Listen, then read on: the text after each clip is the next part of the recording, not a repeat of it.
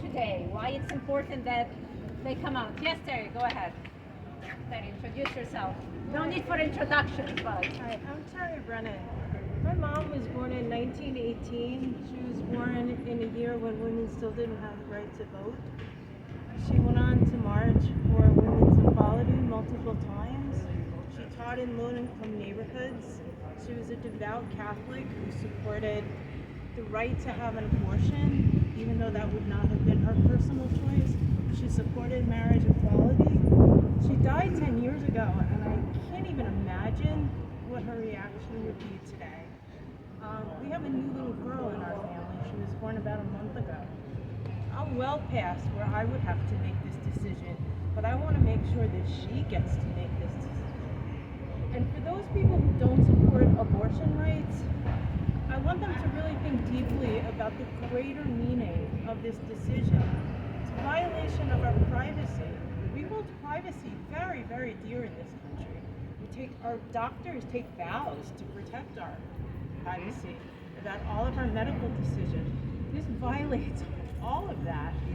If somebody knows you had an abortion, your doctor gave you an abortion, maybe you got birth control, that's a violation of privacy that we have protected forever. So this goes, you want to have in vitro fertilization? What are you going to do with the embryos that you don't implant or are deemed imperfect?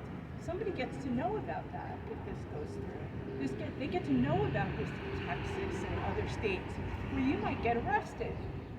This is just like, I can't even comprehend that there are people who support this. It has nothing to do with your personal choices, just as your choice of religion has nothing to do with, I believe, in what your faith could or should be. This is just, I'm going to use bad words, and I'm going to try not to. I just really, I can't believe this is America, and I'm going to say something really radical here. There were people, starting a few years ago, who got riled up about, oh my God, Sharia law is going to take over America. Well, Christian law is trying to take over America. How is that, I mean, what they were saying was nuts, but this is not nuts. And you can't have been freaked out about that and be totally cool with this. So, fight. Stand up, you don't have to yell. Stand up, speak out, organize, show up. Feet on the ground everywhere there is ground. Right? Thank you, Terry.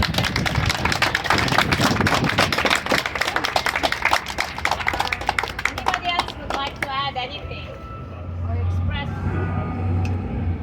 I also want to say one thing, that this is the same party that was scaring us from death panels when President Obama introduced his signature Obamacare, quote unquote.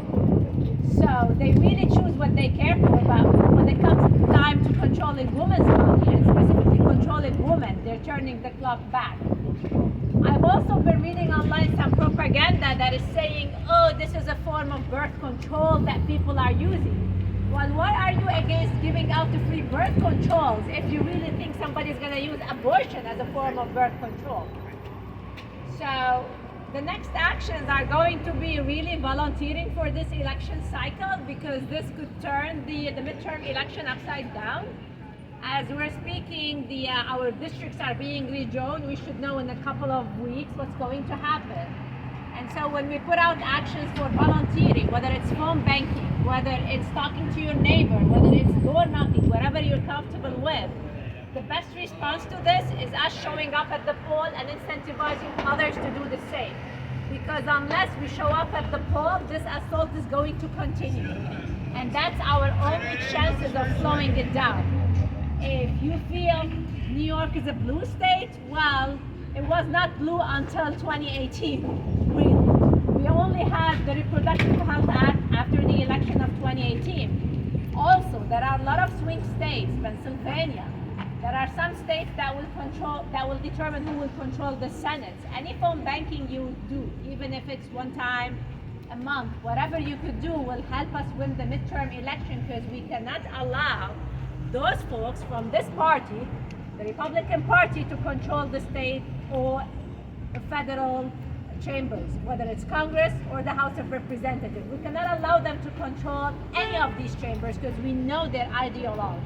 We know what they're going up to.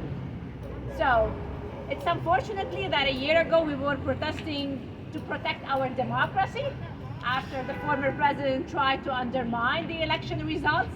This is another wave of assault, and it's just going to go downhill from here on. So folks, can I count on you to volunteer this election season? Yes. Thank you so much.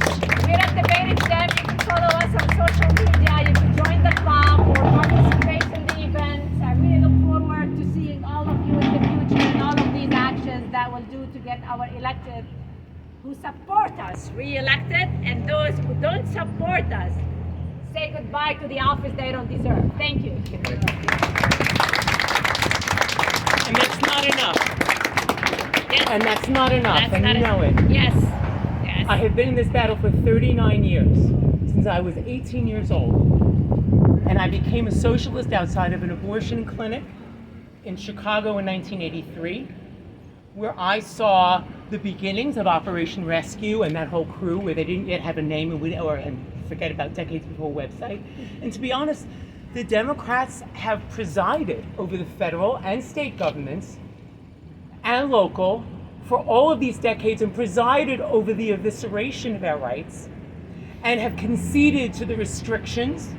I mean, Hillary Clinton herself said it's a sad and tragic choice, an abortion. I'm sorry, I had one when I was 23, 2. I considered it an act of liberation and autonomy. Sure. You know, and I just feel that we have to acknowledge that reality. Otherwise, if we keep doing this, it won't work. Sure. Saturday morning in Manhattan, lower Manhattan, 150 plus activists showed up outside of the old St. Pat's and protested and stopped them from shutting down the Planned Parenthood clinic up the street as they do once a month for years. More of that. That's what held them off for all these years. And the minute we retreated from the streets and pretended that the Democrats, whether it was Clinton or Obama or Biden or you seem like a very nice fellow. It's not personal, but to be honest, your party sucks and has been in collaboration, and we have to acknowledge that. So can we acknowledge that and what it's going to take to really win? Because if they don't see us in the streets in large numbers, and if they do not see us organized, and if we do not disrupt their garbage again, I cannot believe at this point in my life. Again! I'm married to a black woman, I live up the street, we're lesbians, we're married. I had to fight for that. We have to fight for everything in this country. And let us not pretend and tell ourselves fairy tales that the Democrats are going to save us. Because they haven't. They haven't. Okay? Thank you for sharing. What's your Nobody's name? coming to save us. Sure. But us. Sure. What's your name? Sherry Wolf. Let's give Sherry a round of applause. Thank you, Sherry. Thank you